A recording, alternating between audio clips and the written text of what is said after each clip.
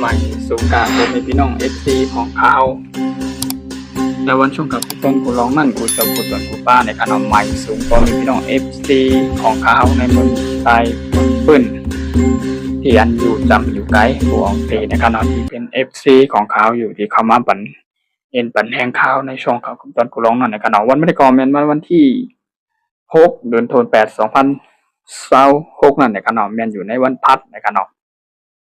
วันไม่ได้ก่อข่าวจังแต่ไรมีโหก่อข่าวคือตอนย้ำตั้มเกี่ยวกับไปลองข่าวสารบันมึงเนี่ยเขาแต่แล้วเอามาต่อไต่บนเผาผักตอนถึงพอมีพี่น้องเขาหายเลยถ่อมได้ยินกันในขณะเกี่ยวกับไปลองข่าว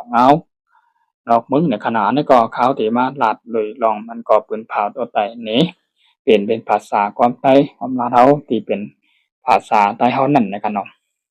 เกี่ยวกับเรื่องหัวข่าวเขาในก่อหายทั้งภายตั้งผู้เอาข่าวนั้นก็ข่าวตั้งรอยเตอร์ดีวันรอยเตอร์ข่าวนะครับเนาะที่ตั้งอเมริกันเขาแน่ไล่จ้อยขีปนาวุธนะที่อันปนมาแต่เขาตั้ง5 เดือนไปในขณะที่แล้วพี่เปลี่ยนปางคือการตั้งอิหร่านในขณะไล่จ้อยอาวุธอีอันยื้อไล่ไกลแลที่อั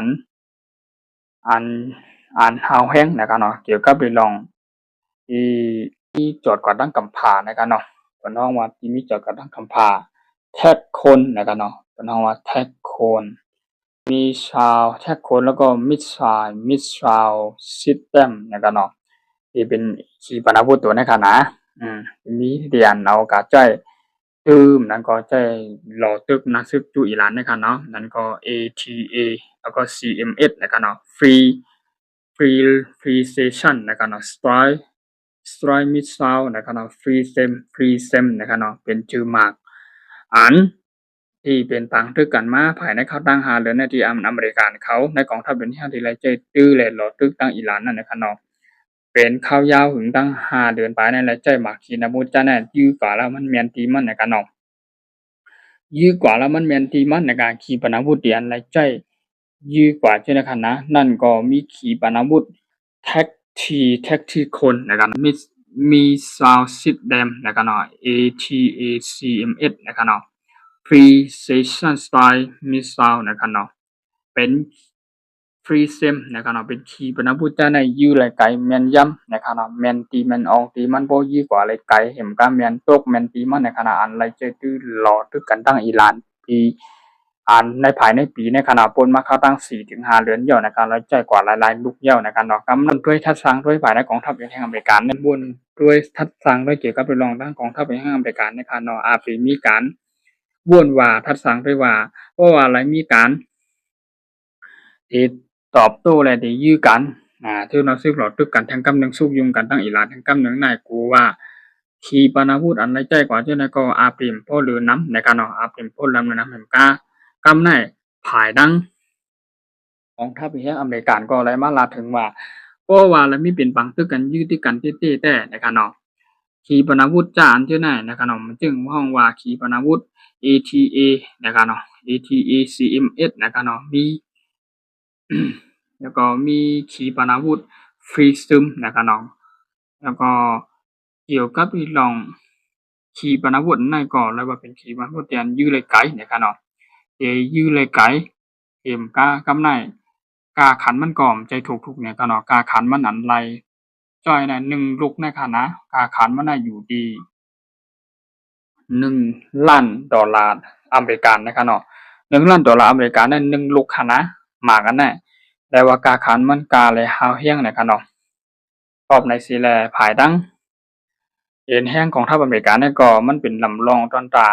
อันที่เลยเจอตื้อกันกว่าข้าวยาวดังนั้นนั่นเพราะว่าภายดังของทัพเป็นแห่งจีนและอเมริกเจ้าคือเขและอเมริกันแล้วเป็นปังตึกกันน่ะหมากจ้าชื่อในค่ะนะฟรีซึมนั่นก็ ATACMS จ้าในค่ะนะชื่อในก็อะไรว่าเป็นหมากที่อันฮาวแห้งอยู่ไรไกลเพราะว่าจ้อยตาตึกในปังตึกเต้ในการเนาะหมากจ้าในเชื่อมในโรงเรียนให้เปิ้นในขณะต้นตาในกองทัพแห่งอเมริกันนะครับเนาะไล่เอามาใจนำไว้ในขณะในข้าวยามปีเป็นปังตึกกันมาตั้งอเมริกันในอิหร่านในขณะเกี่ยวกับไปลองหมากจ้าในขณะข่าวที่รัฐนี้ทั้งกำหนึ่งหมากจ้าในมีอยู่ที่แท็กทีโคนนะครับเนาะนั่นก็ Missile System นะครับเนาะ ATACMS นะครับเนาะแล้วก็มี Precision Strike Missile นะครับเนาะแล้วก็ มีทั้งมี Free SEM นะครับเนาะมักจะได้รายจ่ายมาในปากทึกอเมริกาในอิหร่านในโทนะซึ่งรถทึกกับอิหร่านในก็รายจ่ายมักจะได้มาอยู่เลยไกลอยู่เลยเมียนอองตีตกเลยเมียนอองตีนะครับเนาะแล้วว่าเป็นมักอันอยู่เลยไกลในฮาวแห่งตอนตาในกองทัพเป็นอเมริกันมีกูตีมีดีกองทัพมีกูกองทัพมีกูตีในภูมิภาคเตียนมีฐานทัพอเมริกันกับปักต่างอยู่นั่นมีนำในขณะจ้าในมีหลายๆที่แต่ก็รายจ่ายก่อนนำเหมือนกันขนาดตึกเข้ากันในอิหร่านในคณะได้เข้ากันนำภายในกองทัพเป็นอเมริกันและภูมิจันผู้ตั้งหูเลยมันลัดเลยรองว่าโอ้เลยเป็นปังทึกกันตั้งอิหร่านทั้งกำนึงในกูมักจะในมันดีป้นน้ำกูมันดีหรืออีนะครับว่าเนาะก็ในเซแลนี่ก็ไปลองหูขาวๆนั่นก็ภายตั้งอเมริกันมันก็ผู้บนห้องผู้นับเอ็นแห้งบนห้องเซนคอมนั่นก็ดีว่าในกองทัพอันใหญ่คณะในมาลาดว่าได้ว่าจ้าในเฮาก็ตึกมีอยู่ห่อมกูเฮาตึกเอ็นแห้งเขิงข้ามอยู่สังเจอว่าและมีเป็นปังทึกการใหญ่กันทั้งอิหร่านทั้งกำเนิดก็กองทัพเอ็นแห้งของเฮาในมีอยู่ที่ในกำผาในจอดกว่าหมดเฮาใครย้อนเนี่ยใครเอามาใจตึกใครสั่งเอามาขึ้นเนี่ยก็เอามาใจตึกก็ไล่กูที่กูนะครับเนาะได้มาลาดจริงนะเอาว่าลุยลองเกี่ยวกับเรื่องขีปนาวุธในก็ได้ว่าเป็นอันนำรองปันดาโทนะซึกหลอดตึกนะในกองทัพเอ็นแห้งมึงนี่แหละมึงนั่นไหนขนาดไผมีขีปนาวุธอันแค่มันอยู่ไกลอันดงแลนอันแก้ในก็ตีอยู่เหนือกว่าไผอยู่เหนือกว่ากูมึงในขนาดลั่นลุยลองมึงอเมริกานี่ก็เป็นผู้นำกำพาเยาอาวุธหนักๆคือกองกลางขีปนาวุธกูมีก็เหนือกว่ากูมึงเหนือกว่ากองทัพเอ็นแห้งเยาแต่ก็มีไผกูกินเฮาว่ายุคโป่งแตกแล้วภาคเบิ่งแล้วมันก็โป่งแตกมันก็อิหร่านเนี่ยกูขนาดกูอเมริกันขนาดแต่เพราะอะไรเป็นปังตึกกันแทงกำนึงมาไหนก็อาจจะได้ใจมักซะแนะนำกว่านั่นนำกว่าเที่ยงไหนก็โดยลองภูมิปุณพรภูมิจันทร์ภายในเองแห่งกองทัพก็ไหลมาวุ่นมีทัดสร้างได้ว่าเฮารู้มีมักจะได้ไว้หลายๆองค์ที่หลายๆกองทัพหลายๆเอียนแห่งเพราะว่าวันใดวันหนึ่งมาเฮาเป็นปังตึกแหละโทนะซึ่งเราตึกกันตั้งอิหร่านมาทางกำไหนกูมักจะได้มันดียกย่อมกว่าบ่นำนะครับเนาะเกี่ยวกับเรื่องหูขาวๆนี่ก็เป็นเงาลายนอกเมืองและข่าวสารวันเมืองนะครับเนาะข่าวจะวันช่วงข่าวตอนกูร้องนั่นดังแล้วมีกูก็ข่าวเกี่ยวกับเรื่องลองขีปนาวุธกูเจอกูเมียวนั่นในขณะที่เกี่ยวกับไปลงในเมืองอเมริกันในก็ข่าวเลยมาต่อแต่ปืนเผาเป็นภาษาความหมายความใต้เฮาเสคือพอแม่พี่น้องครับผู้ใดถ่อมได้ยินได้ติดตามข่าวสารวันเมืองคือตอนยามตันนั่นกันเนาะได้เป็นภาษาความใต้เฮานั่นได้ถ่อมตรงแรงแจ้งถึงกันนะครับเนาะข่าวก็ได้มีดังเข้าใจมีดังยังอ่านเสเข้าใจหาหัวข้อข่าวเงาข่าวสารวันเมืองกูเจอกูเมียวกูร้องมีข่าวใหม่ๆจึงในข่าวก็ดีมาอัปเดตมันก็ดีลงแต่ต่างปันใน YouTube นำหนังพอพี่น้องข่าวผู้ใดถ่อมได้ยินนะครับเนาะเกี่ยวกับเรื่องข่าวเงาข่าวสารวันเมืองและเงาลายนอกเมืองนั่นนะครับเนาะตอนแต่วันไม่ได้ก็มีหัวข้อข่าวว่าหนังในเนี่ยเกี่ยวกับอเมริกันในการใช้ขีปนาวุธและหลักนักกองกลางขีปนาวุธหมักมือจุนยามกูจิกูเมียวอันมีอยู่นั่นนะครับว่ามันเป็นโดยรองอีหยังนะครับก็ได้ลาดเลยป่องแรงกว่าเย้านะครับเนาะหัวข้อข่าวนั่นก็อะไรว่าเป็นข่าวเงาที่อันกูเมืองกูกองทัพอย่างนี้อะไรปักตาไปตัวอยู่นะครับเนาะมันเป็นเงาลายที่อย่างโปรเข้มนะครับเนาะที่ซุกยุงเป็นปังตึกกันอยู่ในต่างเมืองนะครับเนาะมันมาได้ก็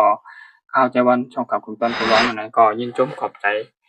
พอมีพี่น้องเขาอย่านำที่เข้ามาปั่นในปันแห่งข่าวในช่องข่าวคุณตอนของนั่นนะครับเนาะอย่าลืมเข้ากับกดไลค์กดแชร์กดติดตามปันนะครับเนาะนะครับเพื่อจะได้ติดตามข่าวสารวันเมืองข่าวเงาคือตอนยามตันในกูลองกูเมียวนั่นนะครับมีข่าวใหม่ๆเจอข่าวก็ดีมากลงปันต่างลงปันใน YouTube ให้ผมพี่น้องเขาจะกูเป็นผู้ป้าผู้ใดเขาได้ยินและตามข่าวสารวันเมืองคือตอนยามตันนั่นนะครับเนาะไม่สมบูรณ์ก็ครับต้องขอบใจนำข่าว